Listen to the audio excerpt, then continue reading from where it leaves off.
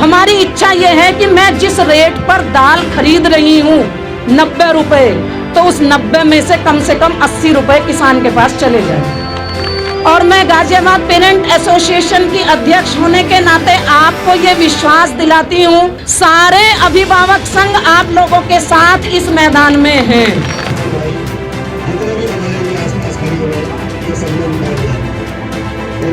किसानों के आंदोलन से ना तो किसी आम जनता को कोई परेशानी हो रही है, क्योंकि मैं गाजियाबाद से डेली दिल्ली अप डाउन करती हूँ, मेरी गाड़ी आज तक किसी किसान ने नहीं रोकी।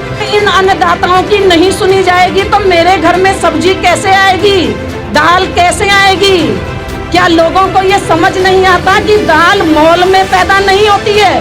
जो भी रास्ते बंद हैं वो राजनगर एक्सटेंशन से पुलिस वालों ने, प्रशासन ने बंद किए हुए हैं, और किसके कहने पे किए हुए हैं ये हम सब आप जानते हैं। हमारे बीच में गाजियाबाद पेरेंट्स एसोसिएशन से लोग आए हैं जो कि इस आंदोलन में समर्थन दे रहे हैं। मैं आप लोगों को थोड़ा सा दिखाना चाहूँगी। यहाँ पर मैम, यहाँ पर आप लोग किसानों के सम्मान में आए हैं और साथ ही में उन्हें सपोर्ट भी करने आए हैं।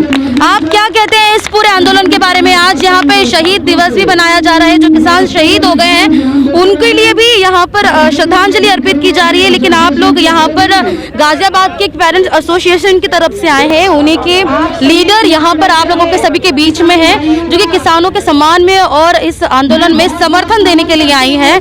मैं आप लोगों की उनसे बात करवाना चाहूंगी तरफ से, और साथ ही साथ ये भी कहूंगी कि गर्व के साथ साथ दुख भी हो रहा है कि हमें सड़क पर बैठना पड़ रहा है इतनी ठंड में।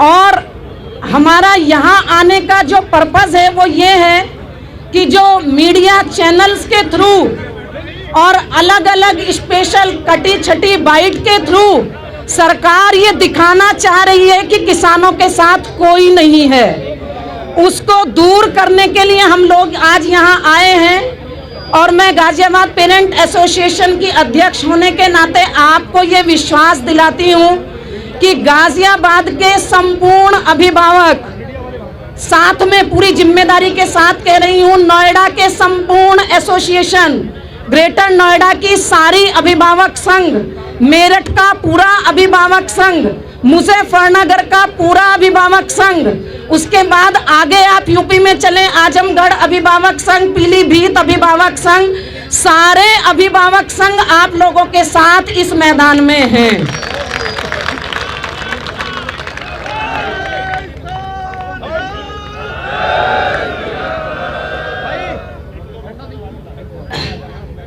लोकतंत्र का सिर्फ एक ही स्तंभ मीडिया अभी बचा हुआ है, जिसकी वजह से हम और आप ये आंदोलन कर पा रहे हैं। तो जितने भी मीडिया के बंधु हैं उनकी मेरे से हाथ जोड़कर विनती है कि वो बाकी चीजें दिखाने के साथ साथ ये भी दिखाएं कि किसानों के आंदोलन से ना तो किसी आम जनता को कोई परेशानी हो रही है, क्योंकि मैं गाजियाबाद से डेली दिल्ली अप डाउन करती हूँ, मेरी गाड़ी आज तक किसी किसान ने नहीं रोकी।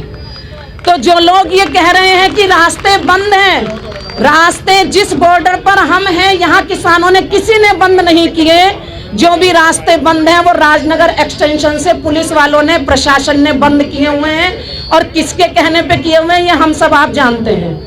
तो प्लीज मेरी मीडिया बंधुओं से रिक्वेस्ट है कि ये चलाना बंद कर दें बिल्कुल, कि किसानों की वजह से आम जनता को परेशानी हो रही है। किसी आम जनता को कोई परेशानी नहीं हो रही, किसानों की वजह से परेशानी हो रही है। तो हम लोग जब रात को अपने घर में सोते हैं तो ये परेशानी होती है कि मेरा बुजुर्ग बाप सड़क पर पड़ा है, परेशानी ये होती है कि मेरे जवान भाई अपना काम छोड़कर, छोटे छोटे बच्चे स्कूलों की क्लास छोड़कर रात को ठंड में सो रहे होंगे।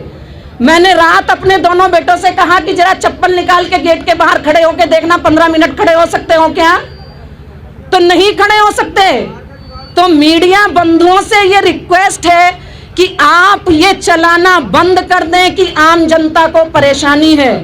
आप उसकी जगह ये चलाएं कि आम जनता दुख में है, आम जनता कष्ट में है कि सरकार क्यों नहीं सुन रही अन्नदाताओं की।